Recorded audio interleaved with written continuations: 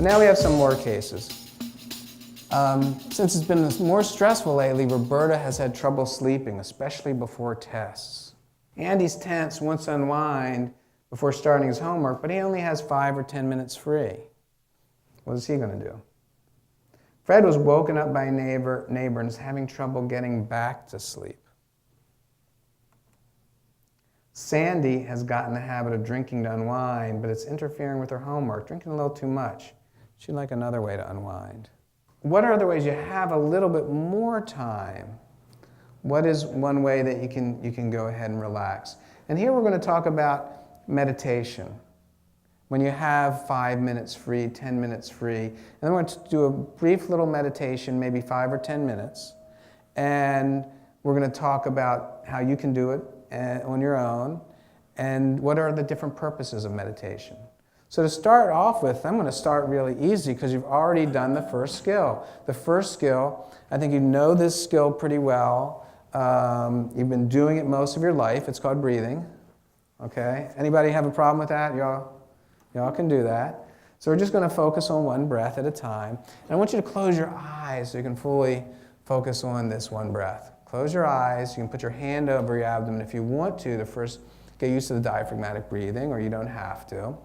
You're going to close your eyes and you're going to feel a full in-breath and out-breath. Again, just enjoying the sensation of one breath at a time. Abdomen expanding and going down. And whenever you want to, if you feel like you're getting the hang of that style of breathing, you can let your hands rest on your lap. And certainly, part of the exercise is you'll certainly have thoughts come into your mind. And when these thoughts come into your mind, that's normal, it's part of the exercise. But when you notice a thought, just let it float by, maybe like a cloud floating over your head. And as soon as you notice your mind's drifted, bring it back to just feeling the breath, feeling the full in-breath and the out-breath.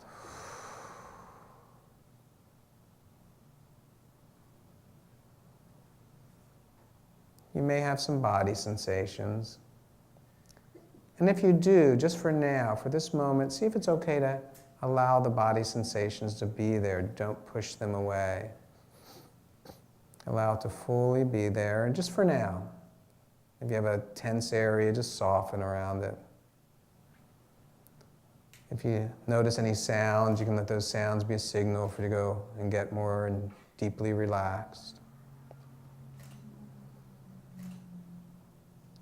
And again, just enjoying one full in-breath and one full out-breath. Now bring your attention to your feet and see if you can just allow the muscles in your feet to soften, relax. Let your lower legs relax. Let your thighs get heavy. If you have trouble relaxing a muscle group, that's fine. Just bring your attention there. And if you had trouble when we were focused on breathing with the breath, that's fine. Just any way you're breathing's fine. And bring your attention to your back and let the muscles in your back soften. Your shoulders soften and relax.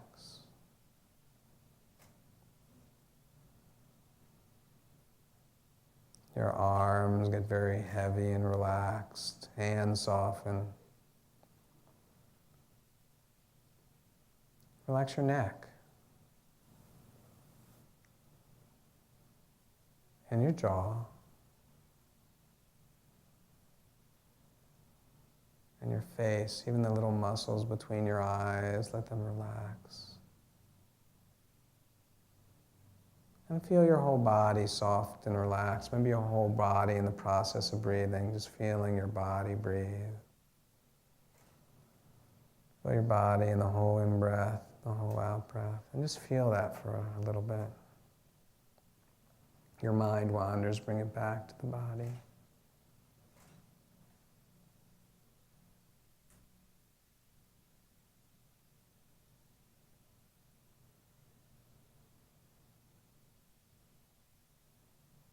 Now for a moment, just turn your attention to sound. Instead of sound being a distraction, see if you can have sound being object of the meditation, showing you enjoy any sound you hear. Inside the room, outside the room, clicking, whatever it is, kind of listen to it like it was music. The sound of my voice, as opposed to just listening to the words, just kind of hearing the sounds.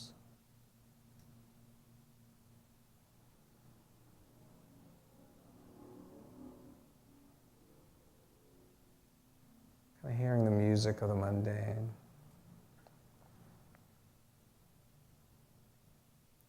Now briefly, just for about 30 seconds, I'm going to have you see if you can be open to whatever comes into your awareness. It might be sound, it might be body sensation, it might be breath, it might be several at once. As opposed to judging it or wishing it away, so you can just be open, just kind of an open awareness.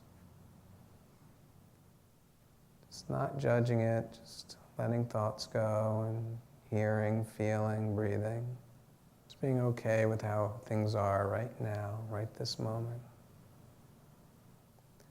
Not quite yet, but in a little bit I will ask you to open your eyes. And when you do, you'll notice that you do feel peaceful, relaxed, focused. And see if you can keep just the awareness of just this moment. Focused on what's going on right now. And when you're ready, let your eyes open.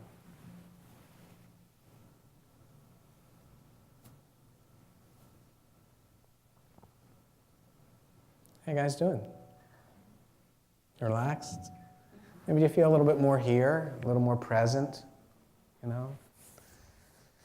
So when you have a little bit more time, we can do meditation. There's different types of meditation.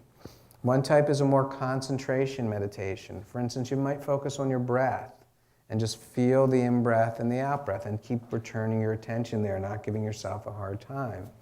You could do that with sound or body sensations. Some people use a repetitive phrase. If some people have a religious tradition, they may use a short prayer. I kind of like the word one. Why do I like the word one? One, it just sounds, it's just a relaxing word. But also, it's just a reminder to me that all I have to pay attention to is one breath. My mind is just one breath. It's that easy, one breath. And then what we did is we did little body scans. Oh, that's a little note. All the meditations we do here today are on my website, stressremedy.com. They're all free. Listen to them as much as you want to. It's SoundCloud's embedded. You can use them time and time again. We'll talk about what meditations later up there. There's also, there's a concentration meditation, and then there's what we call mindfulness meditation, where we're just non-judgmentally aware of, often we build, maybe first starting with breath, body, then sounds, maybe thoughts and emotions, but then being aware of everything, whatever comes into awareness, but in that non-judgmental way, because that's similar to how we're going to live our life. It lets us practice being mindful through the day. What are the purposes of meditation? Well, if you have insomnia, it can help you get back to sleep. If you're tired and you lie down and do some meditation then.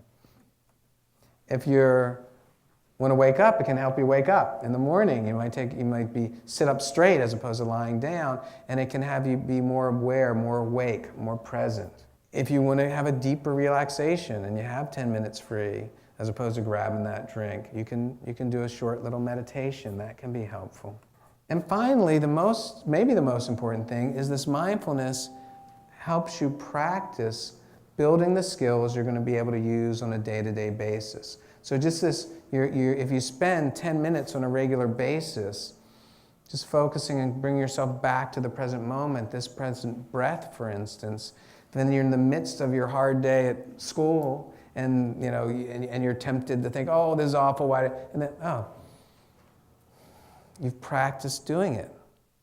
You've built some of the connections, because every time you're mindful, it's not only that it's good for then, it builds more connections in your brain through a process called neuroplasticity. And that we'll talk about a little later, I think. So briefly, sleep hygiene, if you do have trouble sleeping.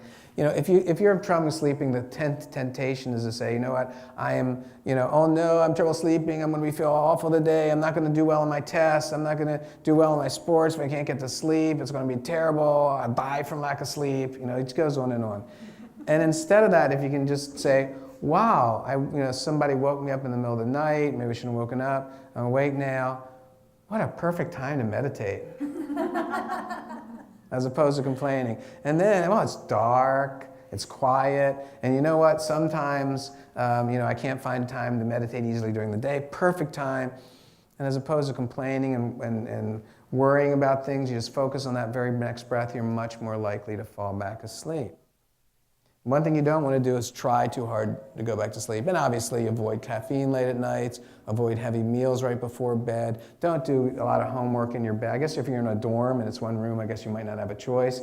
But otherwise, try to keep the bed just for meditation, sleep, sex, those type of things. If you worry a lot, sometimes if you worry a whole lot, it helps to write down your concerns. Because sometimes I think we dwell on things because we're rehearsing it. We're rehearsing that conversation. We're trying to make a decision and thinking about the pros and cons. Once it's down on paper, sometimes it's easier to then go ahead and go back to sleep. And be a little careful with technology late at night, those bright lights in your eyes, the computers, the phones. And they do have a little bit of a night shift to your cell phone. Not sure how well it works, but it's probably better than nothing. Next case. Frank is walking from one class to another and he's feeling stressed about his upcoming final. Jack would like to do sitting meditation, but he's got no time for it. So what can these guys do? So you're walking from one class to another. What you can do is what's called a walking meditation. And you feel, there's different ways to do walking meditation. One way is you just feel your feet on the ground. Everybody here just stand up for a moment. And I want you to just roll back and forth. See if you can massage your foot with the ground. Back and forth. Just massage your foot back and forth. And just let go of thoughts and just feel it. Just really get in there and work your foot, massage it. Okay. And you go ahead and sit back down. And that's one way you can do it. You can feel one foot, feel the other. You might start feeling slow, but if you're rushing to class, you'll get used to it. You'll do it a little, do it at normal speed once you're used to it, but you're tuning into your feet. Okay, what about, you could just tune into your whole lower half of your body and just placing one foot at a time. Another thing you can do, remember that mindfulness meditation? You can do that with walking meditation, combine it. So you're just aware of everything. Beautiful outdoors, walking around the lagoon in UCSB. You're just kind of aware of everything, non-judgmentally. So as opposed, oh my gosh, I'm going to be late to class, what do I do? You can arrive at class relaxed if you do a little bit of walking meditation. Traditionally, people just do it back and forth in 10 feet, but you can also do it as you're actually getting somewhere. One of the things with walking meditation, what you can do is sometimes the idea is you're arriving with each step. It's not trying, I've got to get somewhere. It's the journey. So if you want to use a mantra, one mantra I like on occasion is you can say arrived. I arrived. Arrived. So here you are. You've come to here. I get to do a lot of walking meditation because I don't have a remote control to my computer. So you notice I'm going back and forth here. I'll try to remember that next time. Tai Chi is another movement meditation, and yoga are more movement meditations, where if you have a good class, hopefully your yoga class isn't all about a contest who can stretch the most, especially for me because my hamstrings are tight as iron. But it's about learning to be mindful as you move.